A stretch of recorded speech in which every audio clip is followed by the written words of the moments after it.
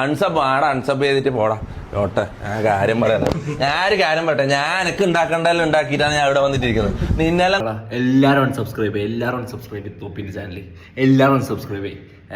എന്നിട്ട് എന്റെ YouTube channel subscribe ചെയ്യും. ഞാനില്ലേ സ്ട്രീം എന്താ പറയുന്നത് അതേപോലെ ചെയ്യും. ABCD തെറ്റാണ്ട് ഞാൻ ചെയ്യും.